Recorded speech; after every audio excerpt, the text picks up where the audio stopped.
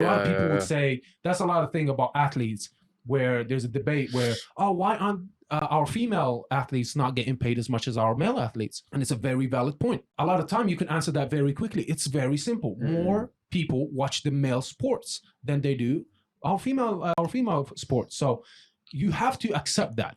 But now, like, there's one sport that is different, which is MMA, because Ronda Rousey, everybody was excited to watch Ronda Rousey. Even if you didn't even watch UFC, you know who she was. Exactly. You didn't even watch UFC. You would just buy the pay-per-view just to watch her fight, right? So that's the one sport that was different. For football and maybe the WNBA and stuff like that, it just needs a little bit more time to catch up. Football, the Lionesses are doing incredible, so it's getting more money.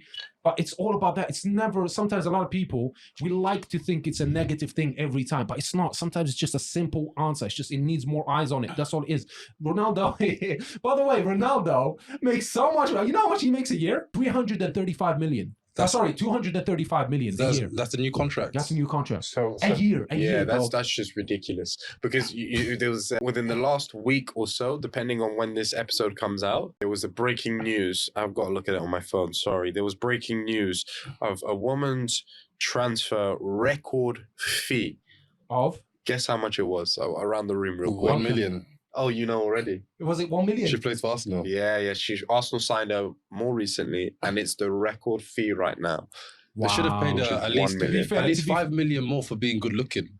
Oh yeah, she's beautiful. No. But wait. Let's see how she does in marketing, because they don't know. She might not be into doing all that sexy stuff. She might be a real legitimate. Well, not it's not one or the other. You could be both, but she could be just into the game, right? She's not into marketing herself or anything like that. 1 million, congratulations, number one. Oh yeah. Towards the right direction. Arsenal woman as well. Exactly. Like, come on. Towards the right direction. And of course, Arsenal would do it first. Hell yeah, of course. Yeah. But this is my point though. Like when you look at a fee of 1 million. Being like the biggest fee within the women's sport in 2025, like my mind when I heard that news, beyond being an Arsenal supporter, was like, oh wow, like 1 million in the male dominated sport, football. You're playing Championship or League One or something. Maybe even League Two, my bro. Yeah, but bro, I'll tell you this. Can you name who won the Premier League in the women's division last year? Can you tell me who won? Chelsea. You think you're 100% sure? Yeah, I'm 99% sure. I think it was Chelsea. I might be wrong. Who's the top three? Top three will be Arsenal, Chelsea, and across Europe. No, for the women Premier League. Let's are we talking Europe? No. In the Premier League, we finished top three. Oh, I don't know. Exactly. I know that Arsenal, Chelsea are the best. Yeah, one of the best. Man United, Liverpool. Whatever. No. I'm not sure about. Oh, Man City as well. Man City women. Yeah. Only because sometimes I tune into the WF. Perfect. You're a very rare, one of the rarest person that would do that. How many? So you said Chelsea won. If we potentially, I'm gonna actually check. Yeah, if we went down the street and asked 100 women who won, how many of them do you think have the answer? I would say at best 10%. This is what I'm saying. It's like, we need more eyes on these sports, and it's slowly getting there. That's the thing. It's slowly getting there. 1 million today, 10 years from now, it's 100 million. You know what I mean? It's like, it's not a negative thing. It's catching up. Just like... Yeah, it was Chelsea. Yeah, perfect. Yeah. Well done. I think this is... But thanks for that. That's a really good... that's a really good insight. But you're not wrong, though. You are not wrong. Like, even we were watching the Ballon d'Or woman win, and we were like, shit. Like, there's a handful of women are... Like Sydney's point in terms of marketing are like in your face when it comes to women's football. And I'm pretty sure the women will probably say the same thing, which can probably be frustrating. Whereas obviously when you look over to the men's side of the world in football, it's spread across. Yeah, people you don't need to be Ronaldo to have a sponsorship, essentially. No. Well, let's flip the script over something. Let's say 10 years from now. Yeah. What's Mrs. Lovely name who's just been signed for 1 million?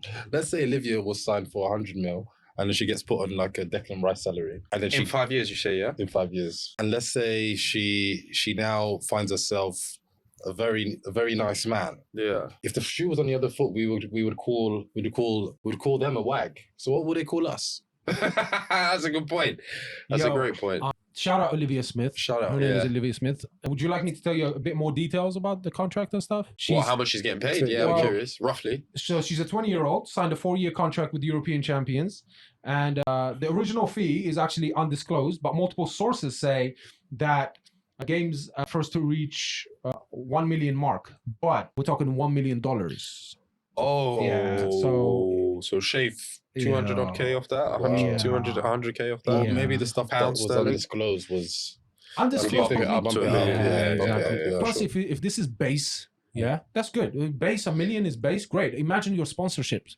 You know, you're the highest paid athlete. You're gonna be all right. Olivia Smith is gonna be all right. She's made it. Yeah, but our other They've female all made athletes, it though. They've all made it. What's Reece James' sister called? Do we know? Reece James' sister. Yeah, Reece James' sister. She's She a baller. is like, she is a baller. Lauren James. Lauren James, Yeah. although she's not Ballon d'Or winner, however, she's on the forefront of a lot of adverts you will see going across. Mainly, like if you're tuned into Sky Sports, you'll see a lot of her on some of the commercials. Doritos, which we love. Not to plug Doritos, but I think there was a period where Doritos was you'd have the women's on the the front of the Doritos advert as well. So there's a lot of commercial opportunities within the women's sport, and Of they are course. trying to push it.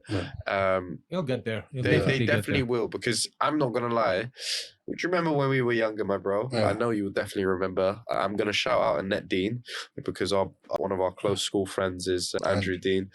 His sister was a baller. Bear in mind, this would have been like maybe 2007, 2008. Shit, maybe even 2010. Before women's sport, I believe, wasn't even on TV.